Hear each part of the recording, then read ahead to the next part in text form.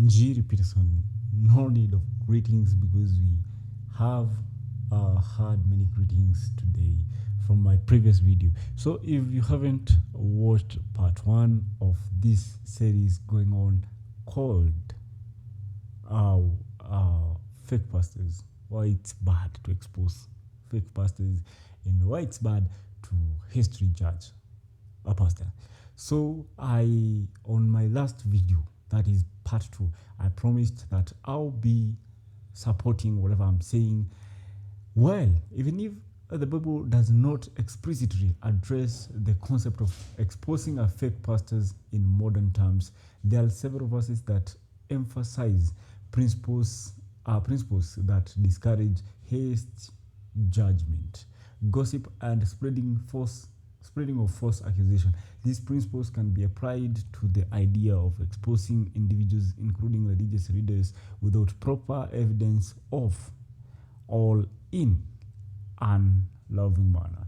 And here I found relevant verses to support whatever I was saying.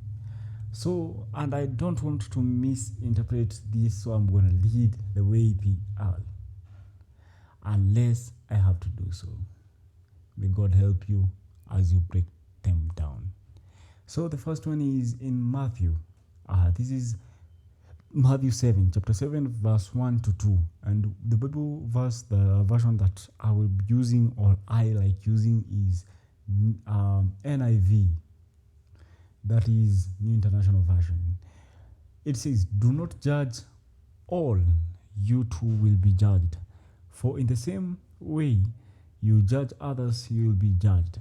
And with the measures you use, it will be measured to you." And it is, I remember when I was growing up, I heard pastors say, even if it's not good to use that to support you doing bad things. But I heard pastors say that a man of God is not to be pointed. A man of God is not, even if it's bad to point. Please, you as a pastor, you as a man of God, don't do things that are unlawful. We are believers, and actually not of the religious things, but of the spiritual, and we ought to do the right things. That was Matthew. So number 2, we are only doing 6. Yeah. So number 2, that is Proverbs 17, chapter 17, verse 9. Whoever would foster love covers over an offense, but whoever repeats the matter separates a close friend, or separates close friends. Yeah, and also to go deeper on what it means, let's go to Proverbs 18:17 ahead of whatever we just read in Proverbs 17:19. In a lawsuit, the first to speak seems right until someone comes forward and cross-examine. This is a witness. Someone says, you are doing this and this and this and this, and that was unlawful.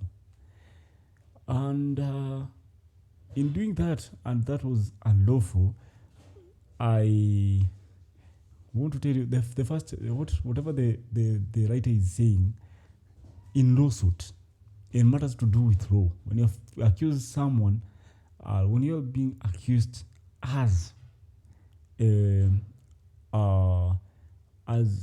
fake person, it seems to be like the first person who is approaching that matter is right. But until someone comes forward and cross-examine, so the pastor can decide, I'm going to find a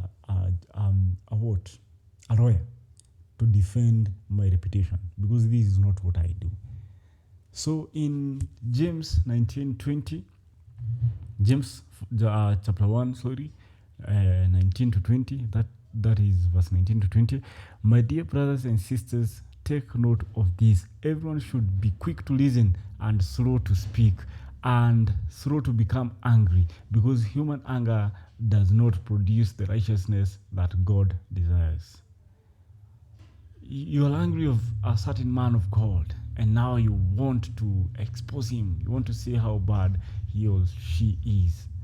So that is not right.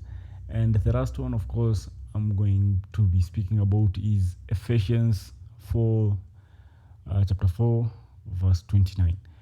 It says, "Do not let unwholesome talk come out of your mouths." Do not let any unwholesome talk come out of your mouths, but only what is helpful for building others and according to their needs, that it is may benefit those who listens. The person who is listening. Don't let any accusation, fake accusation, come out of your mouth. But only what is helpful for building others according to their needs. Instead of accusing a fake pastor, be a true one, be a real one. Yeah, because that's the only way that we may benefit those that listens to us. And this verses emphasizes the importance of avoiding hasty judgment, being slow to speak, and promoting love and unity within a community.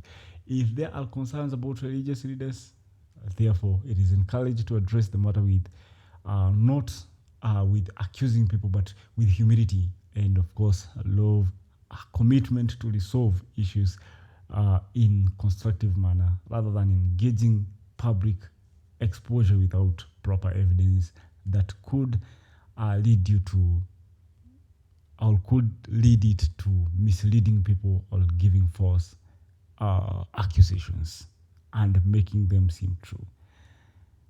That marks an end of why it is bad to expose a fake pastor. See you then.